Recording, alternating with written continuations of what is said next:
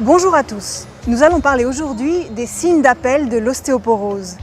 Quand et pour quelles raisons consulter votre médecin pour faire le bilan de votre capital osseux. Deux médecins, membres du groupe de recherche et d'information sur les ostéoporoses, le GRIO, vont nous accompagner tout au long de l'émission. Le GRIO est une association qui a été créée il y a plus de 20 ans et qui a notamment pour vocation de diffuser auprès du grand public des informations permettant de lutter contre tous les types d'ostéoporose. Elle regroupe des médecins des différentes spécialités concernées par cette maladie. Avec l'allongement de l'espérance de vie, on parle malheureusement de plus en plus de cette maladie qui touche plusieurs millions de personnes en France. Elle favorise la survenue de fractures dont les conséquences peuvent être graves, notamment avec un retentissement sur la qualité de la vie, mais aussi un risque de mortalité dans les années qui suivent. Commençons par un petit rappel sur le rôle des os dans l'organisme.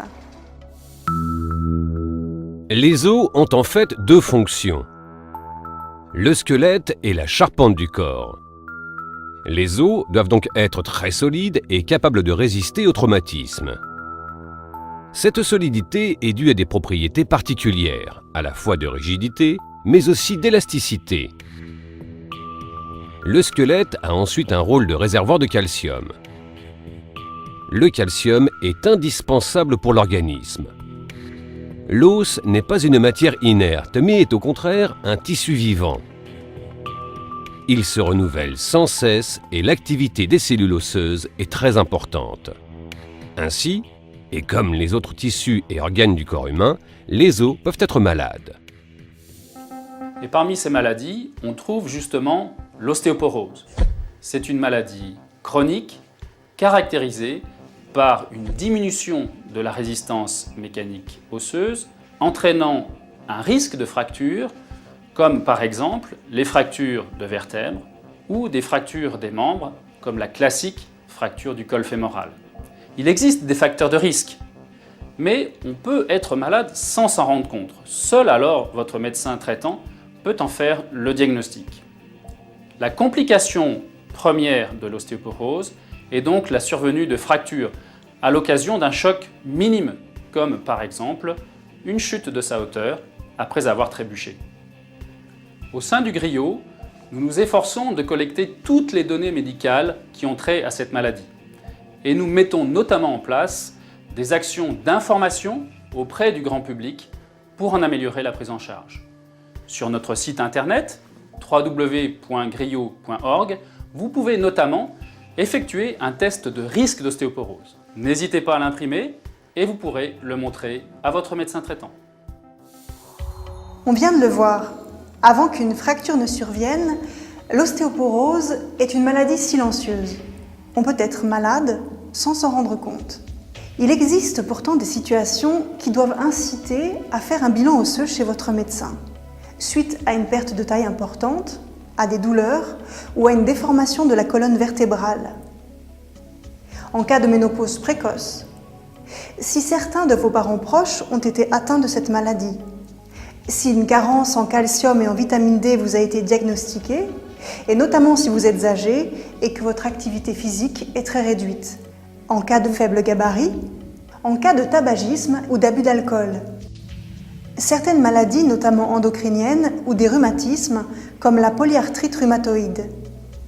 Si vous suivez un traitement favorisant l'ostéoporose, c'est le cas d'une catégorie de médicaments qu'on appelle les corticoïdes ou cortisone, essentiellement lorsqu'ils sont pris par voie orale pendant plusieurs mois. Mais revenons un instant sur les fractures les plus fréquentes lors de l'ostéoporose. Les fractures les plus caractéristiques de cette maladie touchent le poignet, les vertèbres et l'extrémité supérieure du fémur. C'est la fameuse fracture du col. On peut également citer la fracture de l'humérus à l'épaule, qui est un site fréquemment touché. Tous les os de l'organisme peuvent être touchés, à l'exception du crâne, du rachis cervical, de la main et des orteils. La fracture du poignet peut survenir tôt dans l'évolution de la maladie, parfois avant 60 ans. Elle constitue souvent le premier signe de la maladie chez les femmes ménopausées. Le facteur déclenchant est une simple chute de sa hauteur qui provoque la fracture. La fracture vertébrale est la complication d'ostéoporose la plus sous-estimée. On parle parfois de tassement vertébral, mais il s'agit en réalité d'une véritable fracture. Des douleurs de la colonne vertébrale, parfois violentes et d'apparition brutale, peuvent survenir, mais assez souvent, c'est très peu douloureux, voire totalement indolore. Ces fractures peuvent entraîner une perte de taille, une déformation du dos qui se voûte et une limitation dans les activités quotidiennes. La fracture de l'extrémité supérieure du fémur est un accident grave. Le fémur est l'os de la cuisse qui s'articule avec le bassin. Chez les sujets âgés, les réflexes sont diminués et la chute se fait souvent sur la hanche, ce qui provoque la fracture. Suite à cette fracture, il est souvent nécessaire de mettre en place une prothèse. Le retour à domicile après une intervention dans un tel contexte n'est malheureusement pas toujours possible. On remarque souvent par la suite une peur importante de tomber à nouveau et il existe un vrai risque de dépendance.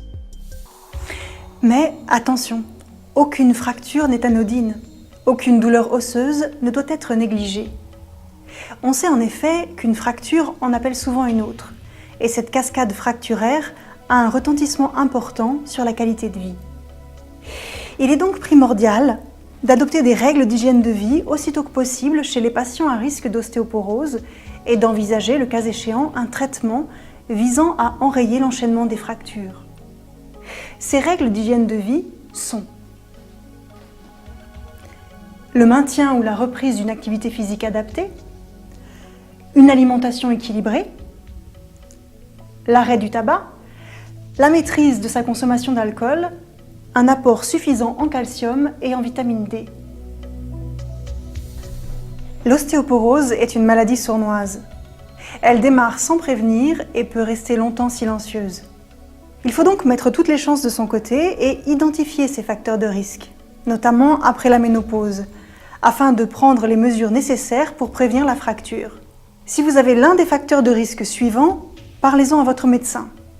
Ménopause avant 40 ans, antécédent de fracture de la hanche chez un parent, certaines maladies endocriniennes, hyperthyroïdie, hyperparathyroïdie ou une polyarthrite, maigreur, prise de médicaments et notamment de cortisone pendant au moins 3 mois consécutifs à une dose supérieure à 7,5 mg par jour ou équivalent prednisone, tabagisme ou abus d'alcool. Gardez bien en mémoire qu'une fracture n'est jamais anodine et doit être considérée comme un signe d'alerte. À très bientôt pour une prochaine émission.